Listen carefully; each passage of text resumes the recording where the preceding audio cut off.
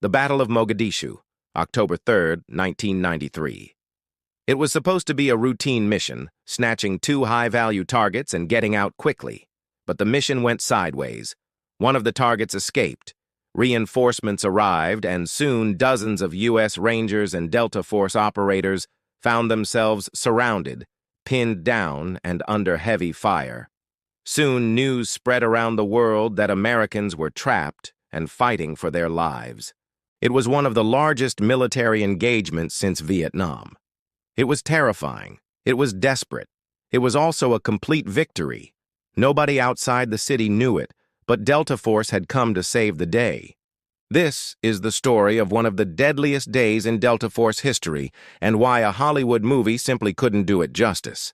This is a reenactment of the Battle of Mogadishu. To tell this story properly, I'm going to use a lot of names and faces. So don't worry if some of them aren't immediately recognizable. We'll get there. Let me start by explaining who Delta Force even is.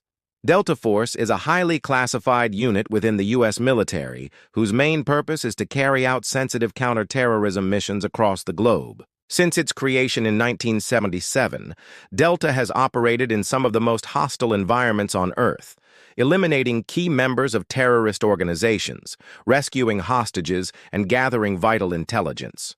Because of the nature of their missions, Delta operators are shrouded in secrecy. Their raids are often so covert that not even the president is informed until after the mission is complete. It's no wonder then that Delta Force has become one of the most feared and respected units in the world. With a track record of daring raids and successful operations, these men and women are truly the best of the best. Now let's dive into the story of Mogadishu. The year is 1993 and Somalia has descended into chaos. Years of civil war and lawlessness have left the country in ruins and its people vulnerable to the whims of ruthless warlords. In an effort to restore order to the country, the United Nations has assembled a multinational peacekeeping force known as UNOSOM-2. Among the nations contributing troops to this mission is the United States, but the situation in Mogadishu soon deteriorates rapidly. The peacekeepers find themselves caught in the crossfire of a vicious clan war. Casualties mount, and the international community grows increasingly concerned. Enter Delta Force, the elite counter-terror unit of the U.S. military, tasked with carrying out dangerous and highly sensitive operations around the world. Their mission in Mogadishu is straightforward in theory: capture Mohammed Farah Aidid, one of the most notorious warlords in the country, and bring him to justice for his crimes against humanity. What could possibly go wrong? Operation Gothic Serpent, September 9, 1993. Under the cover of darkness, a team of Delta Force operators, along with members of the 75th Ranger Battalion, quietly infiltrate Mogadishu in helicopters. Their target: a building where Ayman al-Zawahiri, a top official in al-Qaeda and Osama bin Laden's right-hand man, is suspected to be hiding. With surgical precision, the team descends on the target, apprehending their quarry without a single casualty. But as they prepare to depart, things take a turn for the worse. A massive contingent of Aidid's militia open fire on the Americans, forcing them to defend themselves against overwhelming odds. As the firefight rages, Delta Force operator Gary Gordon radios for assistance. His team is outnumbered and in desperate need of backup. But before he can finish his transmission, gunfire cuts him off. Moments later, another Delta Force helicopter arrives to assist.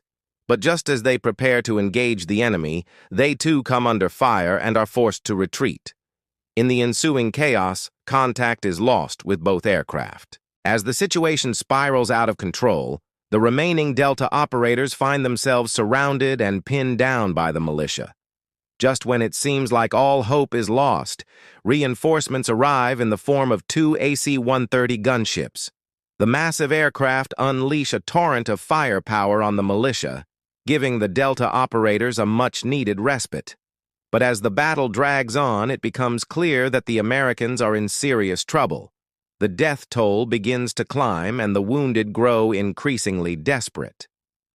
As the night wears on, the Battle of Mogadishu transforms into a desperate struggle for survival. The Delta operators and their allies are bombarded by rocket-propelled grenades and automatic weapons fire. They return fire with everything they've got, but the attackers seem relentless. As dawn breaks, the full extent of the carnage becomes clear.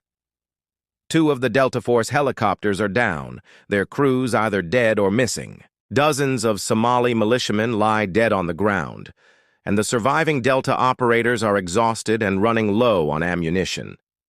Despite the grim situation, the U.S. military refuses to give up. Reinforcements arrive, including more Delta Force teams, Navy SEALs, and elements of the 82nd Airborne Division.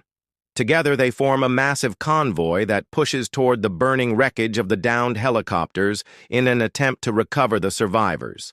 What follows is a heart-stopping race against time. As the Americans push deeper into the hostile city, they're met with fierce resistance at every turn. But they press on, determined to rescue their comrades and bring them home. In the end, the rescue mission is successful. The wounded Delta operators are brought back to safety, and the dead are recovered. But the cost of the operation is staggering. 18 Americans are dead, including several Delta Force operators. Dozens more are wounded, and many Somali civilians have also lost their lives. The Battle of Mogadishu is over, but its impact will be felt for years to come. The event shocks the world. It's widely reported in the media and becomes the subject of intense political debate.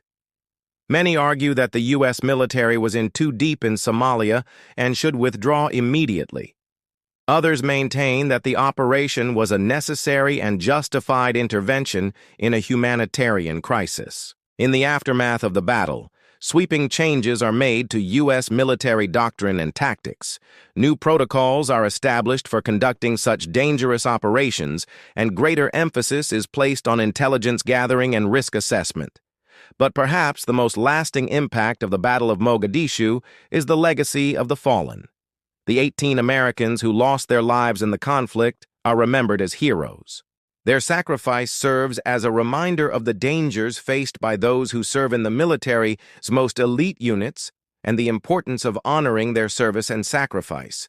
The story of Delta Force and the Battle of Mogadishu shows that even the most highly trained and skilled operators can face unexpected challenges and setbacks, but it also highlights their courage, determination, and unwavering commitment to their mission. These men and women put their lives on the line every day to protect the United States and its interests around the world, and their service and sacrifice should never be forgotten. The Battle of Mogadishu is the stuff of legend, a testament to the bravery and skill of the U.S. military's most elite operators. The United States suffered 18 killed in action and 85 to 97 wounded in action. The Battle of Mogadishu